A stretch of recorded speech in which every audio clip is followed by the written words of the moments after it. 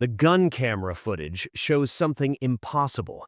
A massive American fighter, too fat, too heavy, critics said, to ever dance with a Zero, carving through a formation of 8 Japanese aircraft in just 15 minutes.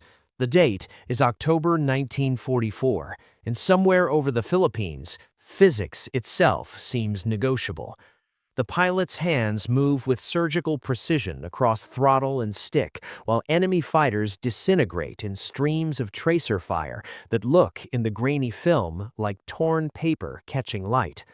By the end of this story, you will understand how the most ridiculed aircraft in the Pacific Theater became its most lethal, and why the men who flew it had to unlearn everything they believed about air combat to survive. 3 years earlier, Republic Aviation's chief designer, Alexander Kartveli, stared at specifications that made no sense together. The Army Air Forces wanted a fighter with the range of a bomber, the armament of a gunship, and the agility of an interceptor. It was May 1941, and the engineering was straightforward. You cannot cheat mass. A fighter carrying 8 50 caliber machine guns, armor plating thick enough to stop cannon shells, and fuel tanks stretching from cockpit to tail would weigh over 7 tons empty, double the mass of the nimble fighters dominating European skies. Kartveli's team built it anyway, wrapping the entire fuselage around the largest radial engine ever fitted to a single-seat fighter, a Pratt & Whitney R2800 Double Wasp generating 2,000 horsepower. When the prototype rolled out of the Farmingdale factory, ground crews nicknamed it the Jug, short for Juggernaut, and the name stuck like an insult that becomes identity. The P-47 Thunderbolt arrived in the Pacific in spring 1943, and Japanese intelligence officers did what Americans had done. They measured it against their own doctrine. Zero pilots had been trained since 1940 in a philosophy of aerial combat that treated weight as sin. Their aircraft carried no armor, minimal fuel, and guns just heavy enough to shred unprotected fuselages. In return, they could turn inside any opponent, climb faster, and dictate engagement terms. When reconnaissance photos showed the Thunderbolt's blunt nose and barrel fuselage, Japanese squadron leaders calculated the physics and dismissed the threat. Radio intercepts from late 1943 recorded Japanese pilots using the phrase "flying sake barrel" to describe Thunderbolt formations. The Mockery was tactically sound. In a slow-speed turning fight at 10,000 feet, a Zero could circle twice, while the Thunderbolt completed one sluggish rotation. American pilots arriving in theater received the same math in their briefings, phrased as commandments: never dogfight, never slow down, never let them dictate terms. The problem was evolutionary. For 2 years, American fighter doctrine in the Pacific had been written by survival bias. The tactics that kept pilots alive long enough to file reports became gospel. Those tactics said, stay fast, stay high, dive and climb, never turn. But the men inheriting this wisdom in 1944 faced a strategic paradox. The Japanese had retreated to defensive positions around fortified islands, where altitude and speed advantages evaporated in the chaos of close air support missions. Bombers needed escorts that could loiter, absorb punishment, and wade into slugging matches at altitudes where the Zero's advantages multiplied. The Thunderbolt was being assigned to missions designed for aircraft it could never become. At Lingayen Gulf in the Philippines, a young captain named William Dunham received his squadron assignment in September 1944 with the enthusiasm of a man handed a death sentence. His logbook showed 200 hours in P-38 Lightnings, an aircraft he understood, twin engines for redundancy, tricycle landing gear for visibility, concentrated nose armament for accuracy. The Thunderbolt felt like flying a grain silo. Its radial engine blocked forward visibility on the ground, forcing pilots to weave during taxi to avoid obstacles they couldn't see. Its wide-track landing gear wanted a ground loop in crosswinds. Its controls felt mushy at low speeds, where combat often happened. Dunham spent his first week conducting what the squadron called confidence flights, high-altitude test runs where pilots proved the aircraft wouldn't simply fall apart under combat loads.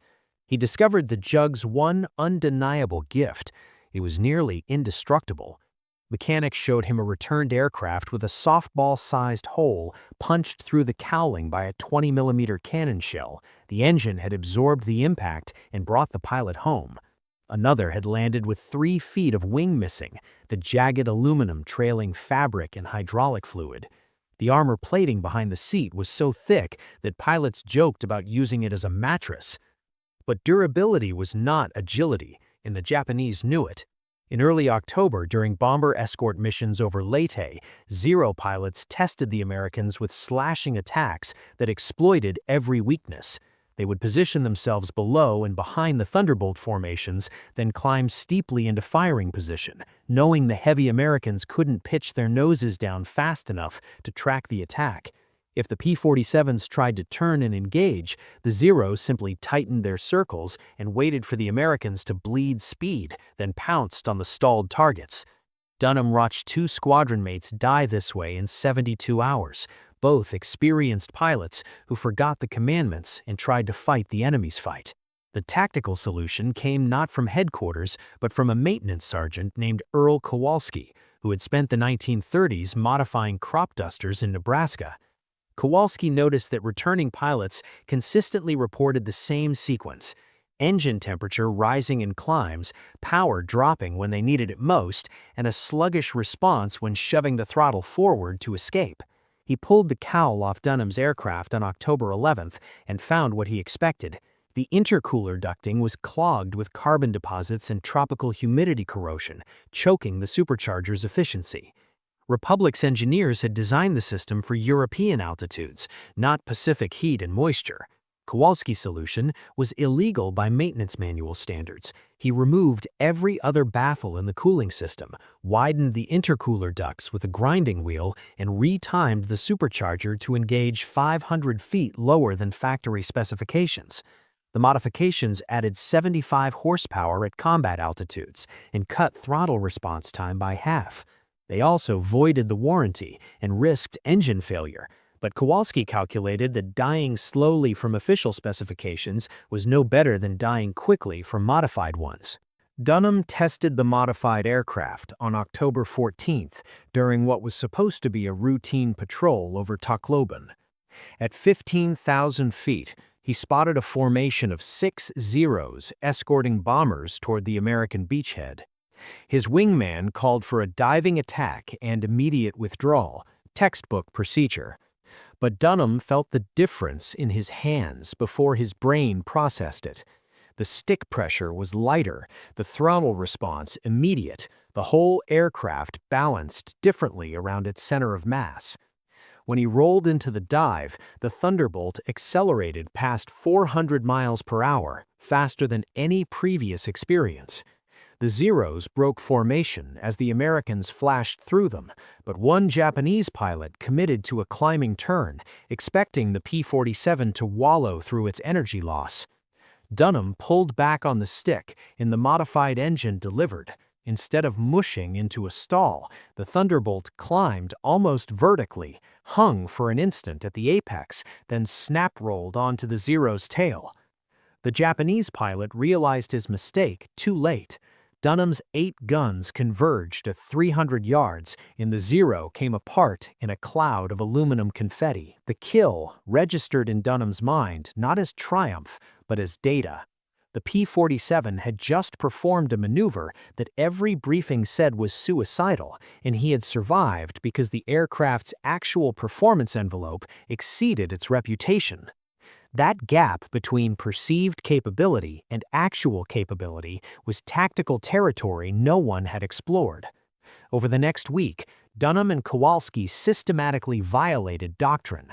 They removed ammunition from the 2 inboard guns to reduce wing loading, saving 60 pounds per side. They experimented with fuel loads, discovering that a half-empty tank raised the aircraft's roll rate by 10%, enough to matter in a scissors maneuver, but not enough to compromise range on escort missions. They adjusted the gun convergence from the standard 300 yards to 200, sacrificing long-range accuracy for devastating close-in firepower. Each modification was logged in a notebook Dunham kept in his flight suit, a growing encyclopedia of tactical heresy. By late October, the strategic situation had shifted in ways that made orthodoxy lethal. Japanese commanders knew the Philippines were the last barrier before the home islands and committed their remaining air strength in waves that overwhelmed American formations through sheer numerical weight. On October 24th, radar operators tracked a raid of 40-plus bandits inbound toward the invasion fleet at Leyte Gulf. Dunham's flight of 4 Thunderbolts was the only available interception. 12 aircraft were grounded for maintenance, and the rest of the squadron was escorting bombers 200 miles north. The math was clear. 4 American fighters against a formation 5 times their size, with no time to wait for reinforcements and no altitude advantage to enable diving attacks. Dunham's flight leader, a major with 11 kills and 3 years in theater, ordered a standard hit-and-run attack from above. Dunham keyed his radio and said something that should have ended his career. "Negative. We're going in level, and we're staying."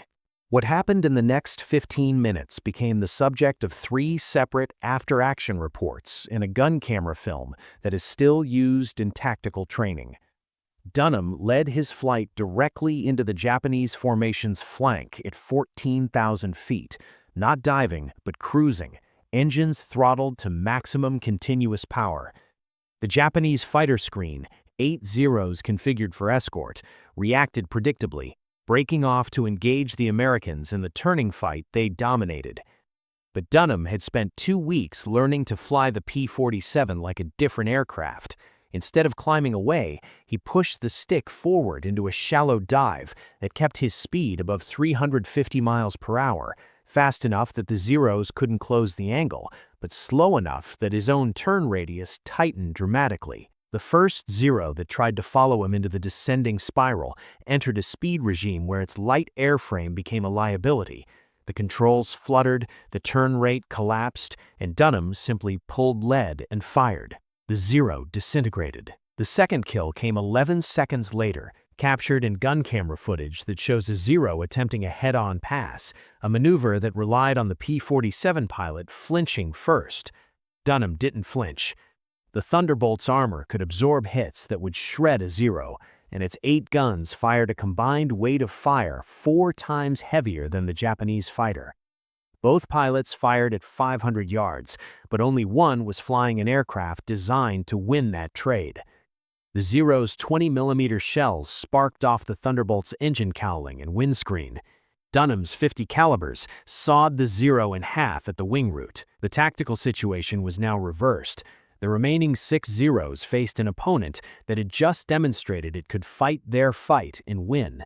Worse, the American pilot wasn't withdrawing, he was boring deeper into their formation, deliberately targeting the fighters instead of the bombers.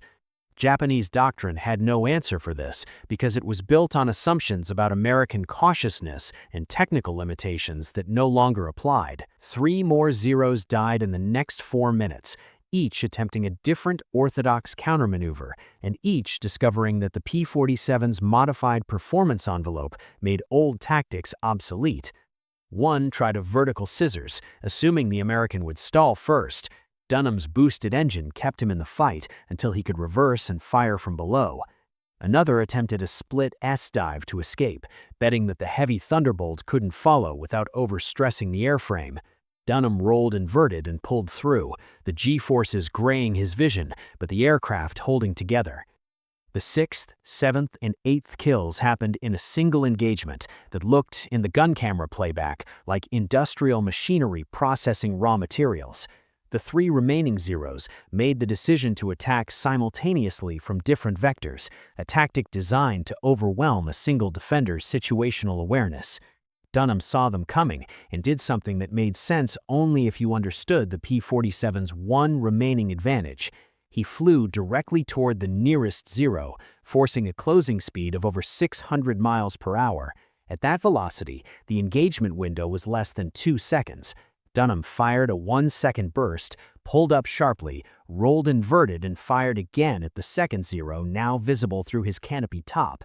Both Japanese fighters exploded before their pilots could register what had happened.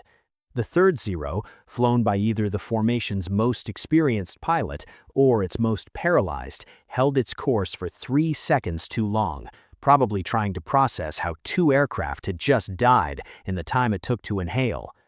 Dunham's third burst caught it in the engine. It nosed over and fell smoking toward the sea. 15 minutes, 8 confirmed kills, and 1 Thunderbolt that landed with 17 bullet holes and an engine that seized on the taxiway. Kowalski counted the damage while Dunham sat on the wing and drank water, his hands shaking now that the adrenaline was metabolizing into fatigue. The maintenance sergeant didn't speak for a long time, just traced the impact patterns across the cowling and wings. Finally, he said what they both knew. Any other aircraft in the Pacific inventory would have brought back a corpse instead of a pilot.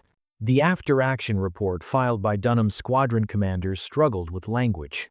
The tactical orthodoxy of the Pacific theater said the engagement was impossible, but the gun camera footage and wreckage counts said otherwise. Within 48 hours, intelligence officers arrived to interview Dunham, not because they doubted the kills, but because they needed to understand how doctrine had become divorced from capability. The interviews revealed a pattern. P-47 pilots were being trained to fly defensively around the aircraft's perceived weaknesses, instead of offensively around its actual strengths. The Thunderbolt wasn't too heavy to dogfight, it was too heavy to dogfight like a lightweight fighter. But it could dogfight like a heavyweight boxer, absorbing punishment, controlling range, and delivering devastating combinations when the opponent committed to an exchange. The tactical shift rippled through Pacific fighter squadrons in November 1944, as pilots learned what Dunham had discovered through necessity. The P-47 excelled at sustained combat, where attrition favored the durable. In multi-engagement sorties, where Zeros could refuel and rearm only at distant bases, the Thunderbolt's massive fuel capacity allowed it to loiter over battlefields for hours, grinding down Japanese formations through sheer persistence. Its 8-gun armament meant it could destroy targets with shorter bursts, conserving ammunition for multiple engagements per sortie. Its rugged construction meant pilots could accept battle damage that would mission-kill lighter fighters and still bring the aircraft home. Most critically, its high-speed handling meant it could dictate engagement geometry in the vertical plane, zooming and diving to control altitude while staying fast enough to disengage if the tactical picture deteriorated. Japanese intelligence officers recognized the shift by December, when loss rates against P-47 formations spiked from manageable to catastrophic. Radio intercepts recorded Japanese pilots warning each other to avoid prolonged engagements with the flying tanks, advice that became a tactical concession. The aircraft they had mocked 6 months earlier now shaped their operational choices. The Mockery had been based on measuring the P-47 against the Zero's performance envelope. But combat effectiveness isn't determined by matching capabilities. It's determined by exploiting mismatches. The Thunderbolt's weight, which made it sluggish in slow turns, made it devastatingly fast in dives. Its size, which made it an easy target to see, made it nearly impossible to cripple with small-caliber hits. Its complexity, which terrified maintenance crews, meant it incorporated redundancies that kept critical systems running through battle damage. The psychological dimension was harder to quantify, but equally decisive. Zero pilots had spent 3 years internalizing a tactical identity built on superiority. They were faster, more agile, flown by men trained to a standard American pilots couldn't match. The P-47's success attacked that identity at its foundation. When a disparaged aircraft flown by allegedly inferior pilots began systematically destroying formations, the cognitive dissonance was tactically paralyzing. Japanese after-action reports from late 1944 show a pattern of hesitation and defensive flying that would have been unthinkable in 1942.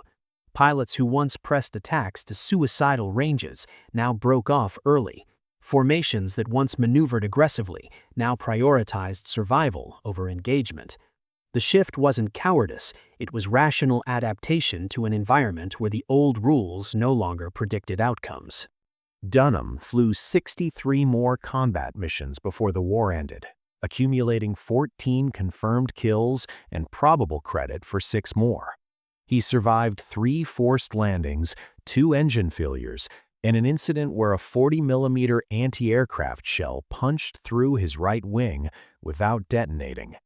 In March 1945, a Stars and Stripes reporter asked him whether the P-47 was the best fighter in the Pacific. Dunham spent a long time considering the question, then said something the reporter didn't print because it sounded too much like heresy. Best at what? The Zero can still outturn me. The P-38 has better visibility, but if I had to fly one aircraft into a fight I might not walk away from, I'd take the Jug. It brings you home. The aircraft he flew that October day was salvaged after the war, its combat-damaged components cataloged for engineering analysis. Republic Aviation's designers studied the modifications Kowalski had made, the widened intercooler ducts, the retimed supercharger, the removed baffles, and incorporated them into late-war production models. The changes added 12 pounds to the empty weight and increased manufacturing time by 4 hours per aircraft. They also increased the P-47's combat effectiveness by a margin that defied easy measurement. How do you quantify the value of bringing pilots home? How do you calculate the strategic impact of an aircraft that could absorb missions designed for 3 different fighter types? By war's end, Thunderbolts had flown more than 500,000 combat sorties in the Pacific and European theaters combined, destroying more than 7,000 enemy aircraft, 3,000 in air-to-air combat, 4,000 on the ground. The type had the lowest loss rate per sortie of any American fighter, a statistical artifact that reflected both its durability and the tactical wisdom its pilots eventually learned. But the numbers miss the cognitive journey. The P-47 succeeded not because it was superior in traditional metrics, but because it redefined which metrics mattered.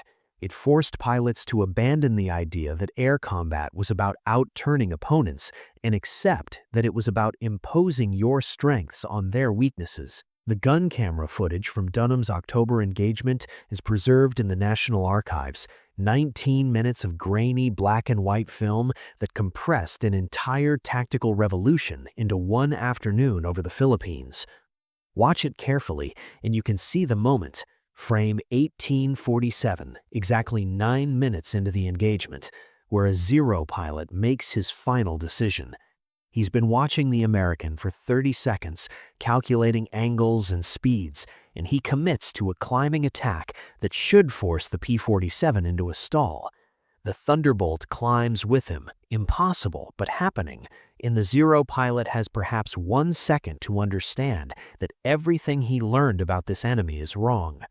The gun camera shows the muzzle flashes, the strikes walking up the Zero's fuselage, the sudden bloom of white smoke, the nothing. Tactical doctrine is written in past tense, a collection of lessons purchased with lives and validated through repetition until they calcify into truth. But combat is present tense, a continuous negotiation between capability and creativity, where yesterday's truths become today's coffins. The Japanese pilots who mocked the P-47 weren't wrong about its weight or its turn radius. They were wrong about what would matter. The American pilots who inherited doctrine written by survival bias weren't wrong about the dangers of slow-speed combat. They were wrong about whether those were the only choices. By the end, the Mockery had inverted into something like respect. The acknowledgement that emerges when a dismissed opponent proves more dangerous than doctrine predicted. Japanese training manuals from 1945 included specific sections on engaging P-47 formations, advice that essentially counseled avoiding prolonged combat and prioritizing escape routes. The aircraft they had called a flying sake barrel had become the tactical problem around which they built their defensive strategy. That transformation from joke to threat happened because a small number of pilots and mechanics decided that the gap between reputation and capability was a space worth exploring, even if it meant violating every orthodoxy they'd inherited. The war ended before the full implications crystallized, but the lesson remained. Combat effectiveness is not determined by matching your opponent's strengths, but by imposing mismatches they can't adapt to. The P-47 was too heavy to dogfight like a Zero, so it dogfought like something else entirely, an armored brawler that could absorb damage, sustain engagement, and grind down opponents through persistence and firepower. It succeeded not by becoming what critics wanted, but by redefining success around what it actually was. Dunham died in 1987, and among his effects was the notebook he'd kept during those October weeks, 42 pages of meticulous notes documenting modifications, performance data, and tactical observations. The handwriting is controlled, the tone analytical, but on the final page there's a departure, a single sentence written after his last combat mission, uncharacteristic and therefore striking. They built this thing to take a beating, and we flew it like we were afraid to get hit. Turns out the beating was the point. The wreckage of the 8 Zeros he shot down in 15 minutes was never recovered, scattered across however many square miles of Philippine Sea the wind and currents distributed them. No Japanese records survive documenting their pilots' names, or how many missions they'd flown, or what they thought in the seconds before Dunham's guns found them. They exist only as negative space in the archive, the absences that define someone else's presence. But they were part of a transaction, an exchange where assumptions collided with results and only one side updated its priors fast enough to survive. The Mockery stopped not because the P-47 became lighter or more agile, but because Mockery is a prediction and combat is where predictions get tested. By late 1944, Japanese pilots had stopped joking about the American fighters and started calculating survival odds, a shift that marked not tactical adjustment but strategic concession. The aircraft they once dismissed now shaped every decision they made: altitude selection, engagement windows, breakaway protocols. The gravitational center of Pacific air combat, the mass around which everything else orbited. On grainy film, archived in climate-controlled vaults, those 8 kills still happen in 15 minutes every time the footage runs. The explosions are silent, the sequence inevitable, the outcome known. But watch it understanding what the pilots couldn't, that this was the moment an entire tactical orthodoxy shattered. The footage transforms from historical curiosity to tactical prophecy. Somewhere in those flickering frames is the lesson that weight is only weakness if you fight someone else's fight, that limitations are negotiable, and that the most dangerous opponents are the ones you've already dismissed.